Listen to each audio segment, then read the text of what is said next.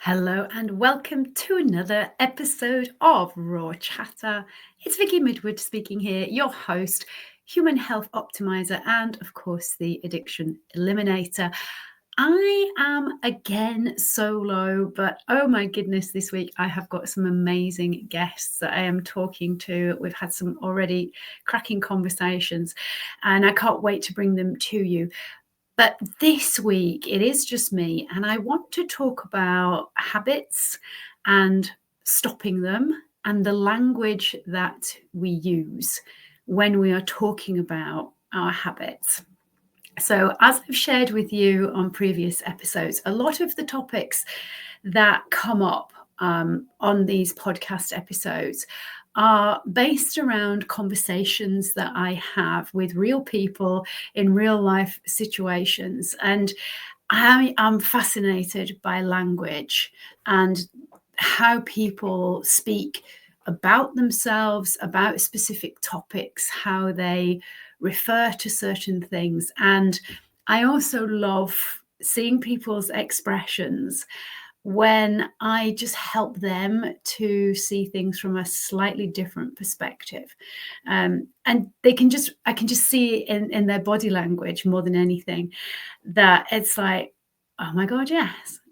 Why didn't I think of that? That sounds so simple. But this is what this is all about, because obvious and simple stuff sometimes isn't that obvious to us when we are stuck in a certain pattern of thinking and a certain pattern of speaking. And this is why working with a coach is so vitally important. As a coach, I have a coach. And I really do believe that we all need somebody else to help us, no matter what our status, no matter what our level, no matter what our work is.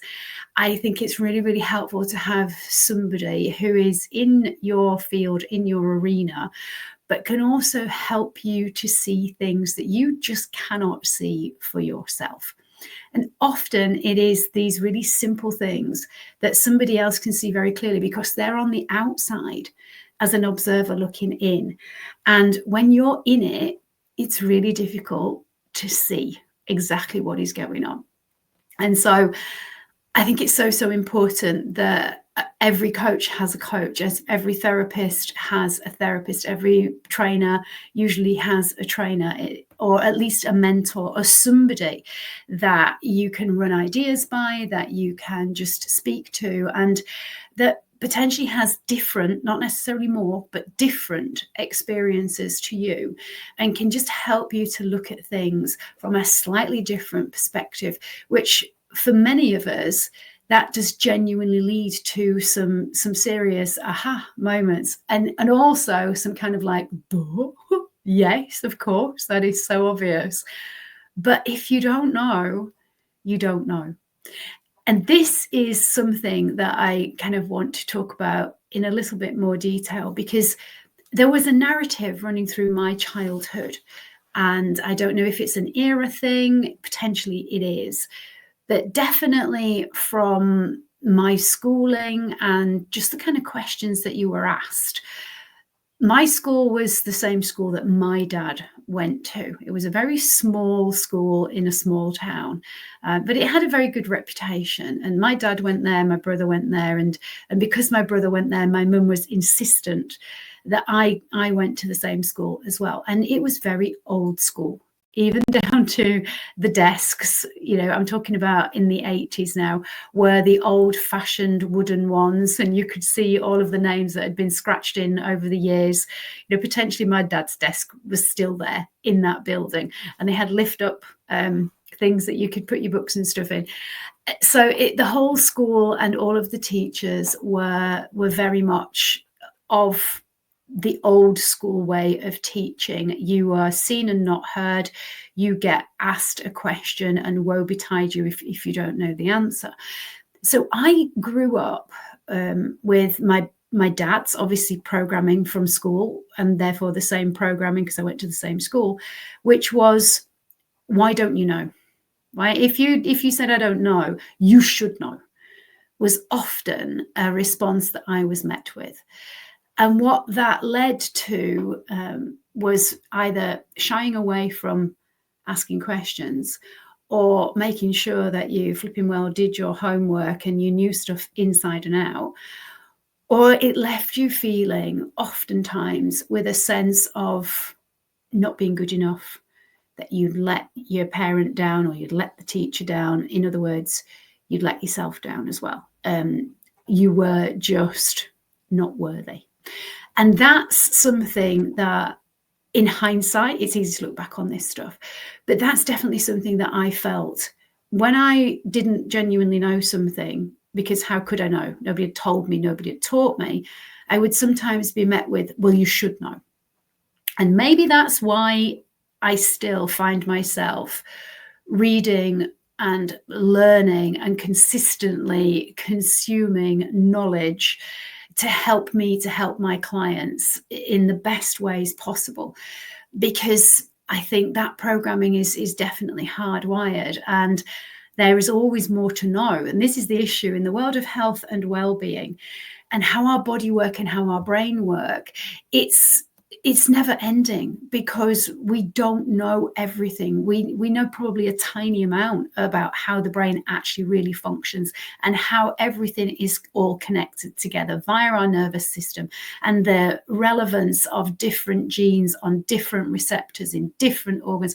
There is so much that there is still yet to understand, that we can't know everything.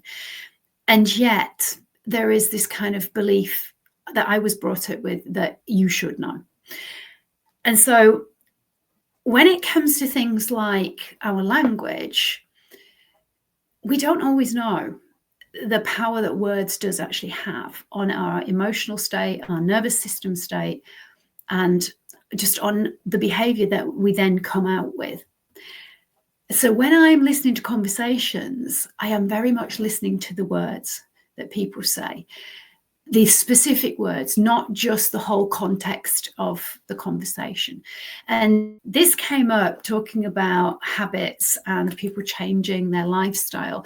And it was on the back of a networking meeting where you stand about and you kind of properly have conversations with people afterwards and just get to know a little bit more about them and, you know, what they're interested in. And it's not all business talk. Well, I personally make it not about business. When I'm having these one-to-one conversations face to face with people in that environment, I want to find out about the person.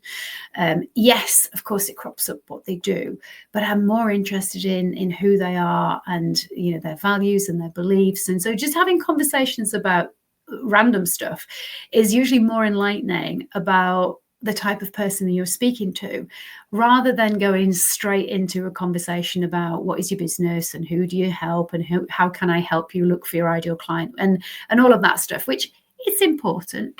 But who is the person behind the business? Why did they decide to set up that business if they are a business owner? And, you know, what is their mission? What are they hoping to be able to do? We got into a conversation. It was about smoking, interestingly enough, and how we're looking at how everybody kind of globally now views smoking in a completely different light to how it was viewed in my dad's era, where, for those of you listening who are under the age of potentially 30, you will not remember when it was okay to smoke on public transport, and that includes trains and aeroplanes, and you could smoke anywhere, in an airport, in a cafe, in a pub, in a restaurant, in meetings with people, anywhere. Nowhere was off limits at all. Now, stark contrast to you have to go outside, and if you're freezing and the weather's awful, well, tough, deal with it. But it just wasn't like that. So this person was talking about when they gave up smoking. And so I was just listening, and then we had this conversation, and he was talking about how it took him 3 attempts to give up. And so I just said, do you have any idea why it took you those 3 attempts, and what was the difference in the last one? And he said, no. I said, could it possibly be the way that you were thinking about it, the way that you're referring to it? Because when you think about giving up something, how does it make you feel? And he stood there for a moment and he kind of went, yeah, sort of like you're losing something. I went, yeah, exactly. I said, how about if you just talked about, I don't smoke. I am a non-smoker. Because our behavior is often linked to our identity. And I said, potentially, if you'd from the get-go said that you don't, not that you've given up or that you're giving up, which often people say that I'm giving up smoking, or I've given it up a day ago, and they're counting. So they're fully aware of the thing that they are now not doing, which makes you think about the thing that you are not doing even more than if you don't talk about it. Then potentially it may have only taken him the one attempt. In other words, he could have become a non-smoker pretty much in the space of 48 hours, because it doesn't take that long for you to get rid of the cravings, for the initial cravings for the nicotine.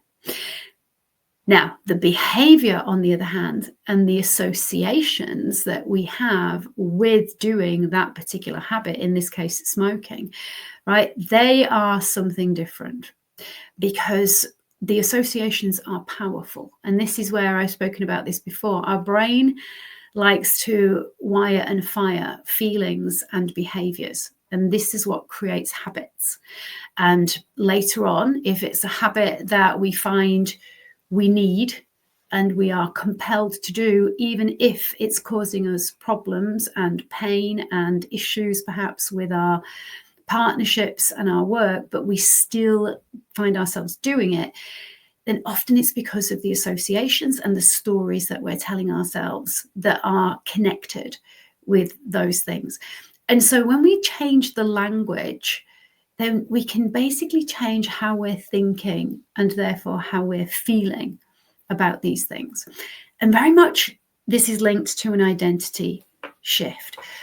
But when we talk about stopping doing a habit that no longer serves us, to just stop it without a plan, to just stop it without knowing really, really clearly why you are wanting to stop and what you are going to get, what are the benefits from you continuing to staying stopped.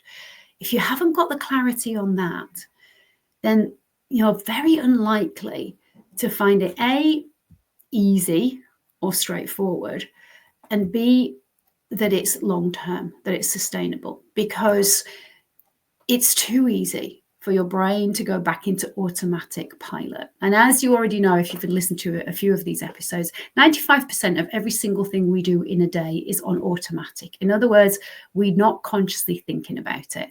From you getting dressed in the morning, brushing your teeth, to you driving to work or getting on public transport, to what you go and get when you go to the usual, in inverted commas, cafe bar or wherever you happen to go to get a drink. Chances are you find yourself ordering the same stuff and doing the same behavior patterns and having almost sometimes exactly the same conversations with people, and you haven't even tweaked because it's just so automatic.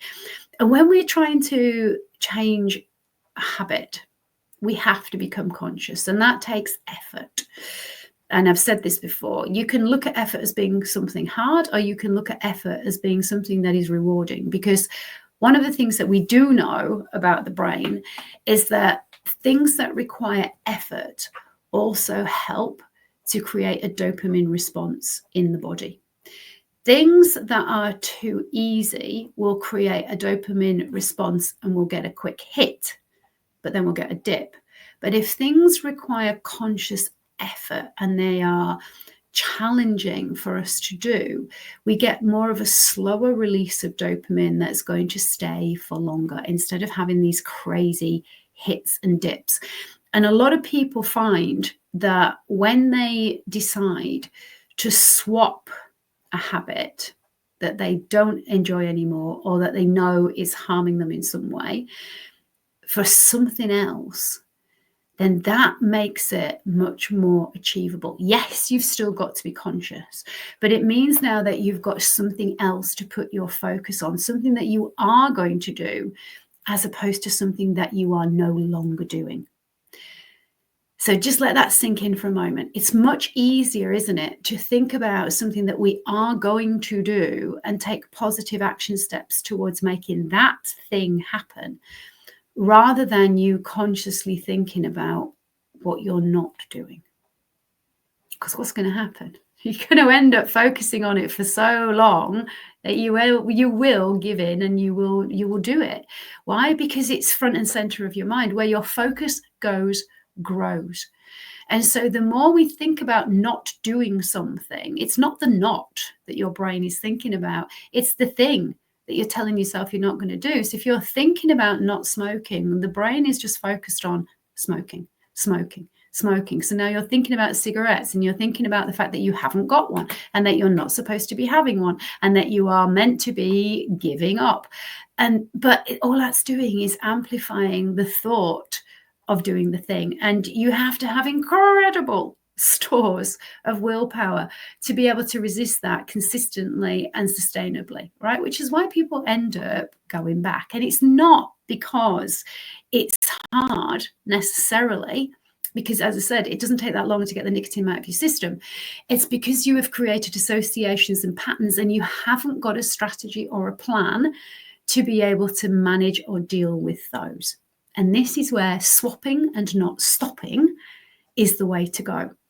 So this is where we have got to change not just the behavior, but the language that we are telling ourselves, the thoughts that we are thinking, the words that we're saying to other people as well about what we're doing.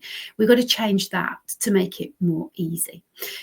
So one of the things that I know a lot of people think about doing, especially this time of year, we talk about spring cleaning, don't we? And we talk about detoxes and that sort of thing. And I'm going to talk about that briefly in a second as a slight aside, but I don't want to go too much on a tangent. But when we're talking about doing those kinds of things, often people look at changing what they are eating or what they are drinking. And this is where you have to look at, great, okay, so I'm speaking to somebody recently who said for Lent, right? If we're in Lent, how many people have decided that they're going to stop something for Lent? Brilliant. Good for you, right? Great stuff. Have the experience of not having this thing for the whole of the 40 days, and then you can decide, actually, you know what, I feel flipping good. I'm going to just continue this, because why not? Right? I've been doing it and I've not missed it, or I might have done for the first few days, maybe week or so, but actually now I'm pretty good to go without it. So this is where sometimes these are great opportunities for us to do this stuff. But if you are just stopping without swapping, it's much, much harder. So if somebody says to me, I'm giving up chocolate for Lent, okay, but before you decide that is definitely the thing that you're going to be stopping eating, look at what you can do when you used to turn to chocolate. Are you going to replace that chocolate with something else? And if so, what is that thing? And is that thing going to give you the equivalent sense of reward, of satisfaction? Emotionally, is it going to give you a similar feeling? Because that's really what it's all about. We create habits to be able to create a feeling, usually a feeling that is pleasant, right? As opposed to unpleasant. That's why we do it. And that's why we keep going back to it, because your brain remembers that. Let's use chocolate as the example. So eating chocolate helps you to feel comforted, perhaps, connected, calm, rewarding yourself. So you're kind of giving yourself a congratulations, a pat on the back. You felt like you had something to celebrate. So any and all of those things could be associated with chocolate. So whatever you are going to put in place that you're going to swap out your chocolate for needs to be able to tick at least 2 to 3, if not all, of those boxes. And this is where, when you go into making habit swaps as opposed to habit stops, it's so much easier to do it with a plan. And that means getting conscious. It means being aware. And the awareness comes from you looking at, and it's a case of just writing it down. Look at your behaviors. What am I doing on a daily basis? How many times do I do that thing? Okay. And what are the circumstances that I'm doing it in? And who am I with?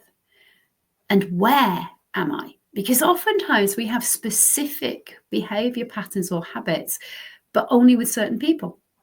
Right? You may have noticed that. Perhaps you do or you don't. It may be, and I absolutely have worked with clients who only do a certain drug with a certain group of people, and if they're not with those people, they don't think about it. It just doesn't enter their whole psyche. It's just not on the agenda. Yet when they see these specific people, that is the first thing that they think about, and therefore they're just kind of waiting and anticipating when it's going to happen, to the extent that if that person doesn't mention it, they will. Why? Because that association is so powerful. Also, there may be certain places where you do certain things. It may be that there is a certain cafe where you have a specific dessert or a specific bon, and you only ever have it when you go into that cafe. We create these associations, but also once we've created them, we keep on repeating them in our mind through our behavior patterns, and we connect to the emotion that we have when we do that behavior. And you can see how hardwired these things feel. So you need to look at all of those. It's not just what is the behavior, who are you with, where are you, and what are the circumstances, and usually how are you feeling? Right? Because there will be certain feelings that you turn to certain behaviors to either get rid of, to squash, to try and forget about, or just because you don't like that feeling and therefore you want a different feeling, and you know by doing this thing you're going to get that feeling. And this is where looking at what can you swap things out is really important. Now, I'm not talking about when you see on like Instagram pages or Pinterest where you're talking about calorie reducing swaps of food. I'm not talking about that sort of thing. I'm talking about things that are personal to you. So, for example, when I stopped smoking and I recognized that I had that habit, then I needed to replace a cigarette with something else, because a cigarette is you hold it in your hands, right? And there's that hand to mouth connection. So what could I utilize that was going to help me to do something and to get some sense of feeling or a reward that was not going to feel so uncomfortable and would not require a ton of willpower? And so for me, I chose sucking sugar-free lollipops. Now, were they great for my teeth? Potentially not. But did I need to do it for a long time? No. And was I doing it consistently throughout the day? No, I wasn't walking around Kojak style with a lollipop in my mouth. And for those of you who don't know who on earth Kojak is, perhaps ask your parents. This TV program with a detective with a bald head, and he was known for having a lollipop in his mouth all of the time. But that is what I did, right? And did it work? Absolutely, it did, because it gave me something to do with my hands. There was that hand to mouth connection, but it wasn't a cigarette. And over time, then, what did I choose to do? I chose to delay how long it was before I picked it up. So initially, I would pick it up straight away when that association was there, boom. And then once I recognized that that is what was going on, and I could take control by delaying how soon I picked it up. So I got the association. Did I pick it up immediately? No. Could I wait for a couple of minutes? Yes. And then my reward would be that I would pick it up at the end of those 2 minutes. And then the 2 minutes became 3 minutes. And then it became 4 minutes. And no, you don't jump from 2 minutes to 10 minutes, because this is another thing that people do that is something I think potentially is to do with the world that we live in at the moment, where it's fast paced and I want instantaneous results. And there's this ridiculous idea that if you try and fast forward things and like 2x the speed that you do something, you'll get there faster. Chances are, actually, With something like habit change, you won't. The slower you go, the more you allow yourself to feel more comfortable and to adapt to the change, the easier the process is going to be. So sometimes you have to slow down to speed up, right? I stopped smoking back in 2006, and I've never touched or wanted a cigarette since, because I did it strategically and I wasn't thinking. Even when I was sucking the lollipop, I wasn't thinking, oh, this is a substitute for a cigarette, right? I wasn't. I was just automatically doing the behavior because that's how smoking had become for me. It was an automatic behavior. It wasn't necessarily something that I was consciously going, I want the taste of this nicotine because it tastes horrible in my mouth. And you can do that with anything. And when people say to me, well, what about things like stopping the habit of an eating disorder habit, for example, so of restricting, or stopping the habit of bulimia, where you are throwing up after food, you, at all of the points that you do these habits, there is an opportunity for you to get conscious. Now, to start with, unless you have somebody to help you to work through when those opportunities may be, it's going to be very difficult to work them out for yourself. So this is where understanding that when you're working with a coach who can ask you the right questions, who can help you to do the right steps, you can start to recognize where your patterns are. Just what are the triggers, if you like, for you? And there's many, for many different things. And this is where you recognize it's not just one trigger, it's multiple. And it may be that there are multiple triggers happening and you just feel overwhelmed by the desire to do the thing. And so you do the thing. Then it's about how you speak to yourself in your own head, back to words, because we think in words. It's about how you think about yourself. It's about the words that you use to describe yourself and what you've just done. So if you are really harsh, if your inner critic comes out, right, with a great big stick and is beating you up for how rubbish you are and how you've given in again, you're not going to feel good about yourself, which then exacerbates potentially the emotions that made you want to turn to the thing in the first place. So how you respond to you not being able to stop yourself from doing the thing this time are key. Because every time you're not able to do it, it's feedback. It is not failure.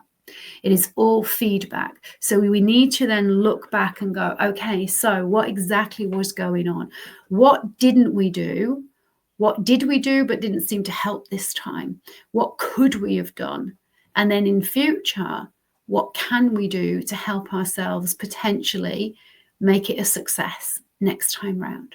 And it is trial and error, because that's the only way. By failing and getting feedback and failing and getting more feedback, can you be super duper clear on just exactly what are your triggers, exactly what are the situations and the things that are going to make you feel that you are unable to resist the compulsion to keep on doing the thing that you no longer want to do. So, for example, for bulimia, it's very obvious. One of the first things is restricting during the day. And a lot of people do this. They, whether it's emotional eating or binge eating disorder, people who restrict all throughout the day, and especially now this comes up a lot with fasting. I know at the moment fasting's taken a massive kind of upturn in women particularly being into it. And I kind of touched on this on a podcast earlier. I've forgotten which episode it was now, potentially 16 or 17, when I mentioned Dr. Mindy Peltz and her book Fasting Like a Girl. And this is the thing, she goes really into detail about who should not do fasting and the whole of the hormone cascade and just how it affects females, when their cycle is and when you should do it, when you shouldn't do it, and the types of fasting. The problem is one style does not fit all. And unless people go into it in depth, thoroughly, they will just hear 16-8 and go, right, I'm going to do that, with no idea of all of the nuances and all of the factors that they need to consider. And as a female with hormones at different parts of our points in our cycle, it is not a great idea to fast. If you don't know what goes on with your blood glucose levels just generally, then you need to have your information first. If you're not somebody who is aware of how quickly or how slowly your gut motility is, then potentially fasting can make any gut issues that you have worse, not better. Restricting food during the day and doing something like one meal a day for a lot of people is pretty much guaranteed to lead you to binge eating in the evenings. And whether that is binge eating disorder, whether it's emotional eating, or whether it is you actually have got full-blown bulimia where you're binging and purging, very rarely do people do it at breakfast time. It tends to be an evening thing. Why? Because they have not given themselves nutrients and energy consistently throughout the day. And our body runs best when it has regular feeds. It runs best when it's got regular exposure to sunlight. It runs best when you can get up at the same time every single day, because our body, every single cell and every organ and every cell of every organ has a circadian rhythm. And we need to work with those rhythms, and they like regularity. Your body is designed to work in cycles. And so if we're consistently and continuously disrupting those cycles because we're going to a birthday party that evening, and so I'm not going to eat any food all day, and then you wonder why, when you had decided you were going to opt for the salad because you're on a diet or you're calorie counting, and you find yourself eating the salad in front of people, but then driving to a takeaway on the way home. This is why, because you have been restricting throughout the day, and your body is going to respond and say, hey, you haven't given me enough energy. I haven't got the nutrients that I need. So now I am going to poke you into giving me what I actually want. Then you feel guilty, and then you feel terrible, and the shame kicks in. Either that ends up in you then getting rid of it, which means you're more likely to continue the cycle the next day because you still won't have the nutrients that you need, and the following day, to punish yourself from having the binge, you restrict all day, and so you have created this perpetuating cycle. So how do we stop it? Well, you start to give yourself regular feeds throughout the day. And you start to listen to the stories that you're telling yourself about doing that. Because if you have got stories running in your head that go along the lines of, well, if I eat, I won't be able to stop, you're potentially making that a self-fulfilling prophecy. But where has that story come from? Well, that's come from your binge eating behavior in the evenings that you have repeated night after night, week after week, month after month, for some people that I work with year on year. And that was my story. And so you can see why you genuinely believe that's true, but it's only true because you have restricted throughout the day. And so we have to really get honest, deep honest with ourselves about the reality of where the stories come from. And then we've got to have courage. We've got to have the courage to be able to go, okay, this is going to feel awkward, challenging.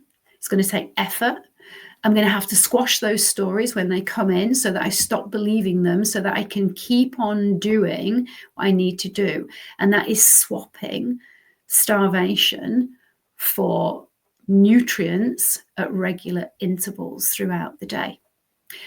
Now, it doesn't have to be food, right? If we're wanting to change what we're drinking, for example, because maybe you feel like you're drinking too much coffee, then look at the same pattern. When are you drinking coffee? Could you swap your coffee for a different drink? Yes. Is it going to work? So I know I've worked with somebody who said, oh, I can just swap coffee for water. And I'm like, really? Really? Do you think that's going to work? Can you? I mean, if you can, that's fantastic. But what is coffee giving you? Usually it's warm. It has a specific flavor to it. A lot of people like a specific type of coffee. Some it's kind of mellow, and some like it quite bitter. So knowing what is the kind of coffee that you go for, and when do you turn to it? Because it may well be that you still need to go for something that is a hot drink. Because part of the ritual, if you're making coffee in your own home, is that you're doing what? You're taking a break from what you're doing, and you're going down and you're putting the kettle on. So is it that we swap it for tea rather than just swapping it for water? And these are the things that may sound really small and not important, but they're massively important. These are the things that are the difference between you feeling good about being able to maintain the changes and creating this new habit that is then sustainable, as opposed to feeling that this is all just way too hard and I can't do it, and you're just going back, and then you're calling yourself a failure. So I'm going to invite you to have a little look at what are the habits that you have that ideally you don't want to have anymore. Look at when you do them. Why do you do them? Where do you do them? Who are you doing them with? And if you genuinely do want to change something, only do one thing at once. Baby steps. Do not try and run before you can walk. This is why New Year's resolutions don't work. People have a shopping list of things that they're going to suddenly start doing or stop doing. It's like way too much, way too overwhelming. It's going to be too difficult.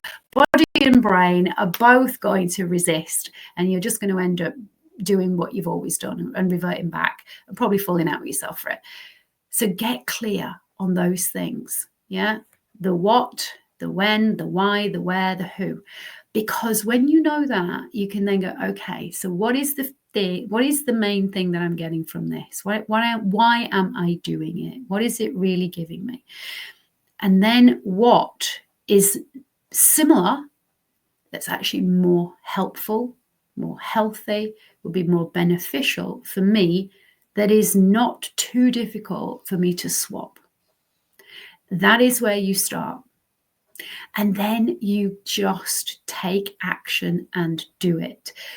Don't think about it. Don't mark the days off the calendar, because all that's doing is you focusing more and more. I'm not a fan of tracking. I've been 20 alcohol-free days. I've been 40 alcohol-free days. It might be helpful for you for the first few days so that you can get at least 30 days under your belt. But then after that, the more you're thinking about the fact that you're no longer doing it, the more it's becoming front and center of your brain. And we don't want that. If you're no longer doing it, you're no longer doing it. Move on. You're doing something else. It's time to move on. I'm going to also just add in here that there is one last piece to this puzzle. And that is, we do have to recognize that sometimes stopping doing something, even though we're swapping it from something else, there can be a shift in our identity. And that is definitely something that we need to look at, because I went from being a smoker to a non-smoker, a drinker to a non-drinker. Okay, I don't do those things anymore. Do I even use those terms now? No, of course not. I was somebody who engaged in bulimia and not. What I didn't call myself was bulimic, because my behavior, it's not my identity. And there does need to be an identity shift. Now, for a lot of people, that is the biggest sticking point. It's not actually changing the habit. It's who will I be without it? Because it's become an identity. And that is something that is for another podcast episode, because you are not your behavior. But sometimes we have created our identity around that behavior. And so it can almost feel like a grieving process to stop doing it anymore. The exciting part of that, though, is that you can become the person that actually you were always meant to be before you started to do that behavior, that you recognize you now built your identity around. And that, if you can see it that way, is a massive opportunity where you can get curious about just who you are and what is possible. And what I can tell you is it's probably the best, the most joyous and the most exciting journey if you will allow yourself to be guided through it with somebody who gets how scared you are, who understands that it is a grieving process and can help you through that step by step. And if that's you, feel free to connect with me. All of my links are going to be in the show notes or in the description if you're watching on YouTube. You can reach out to me on social media or message me at any time on WhatsApp. All of my information is on my website. And I will leave you with this, folks. If you have enjoyed the episode, then please do give me a like, give me a subscribe. If it's not really been relevant to you, but you know somebody who you think it might be relevant for, please do point them in the direction of it, send them the link so that they can have a listen. And finally, we only have one life as far as we know and one body. So please look after it because it is looking after you. Until next time, take care of yourselves. Goodbye.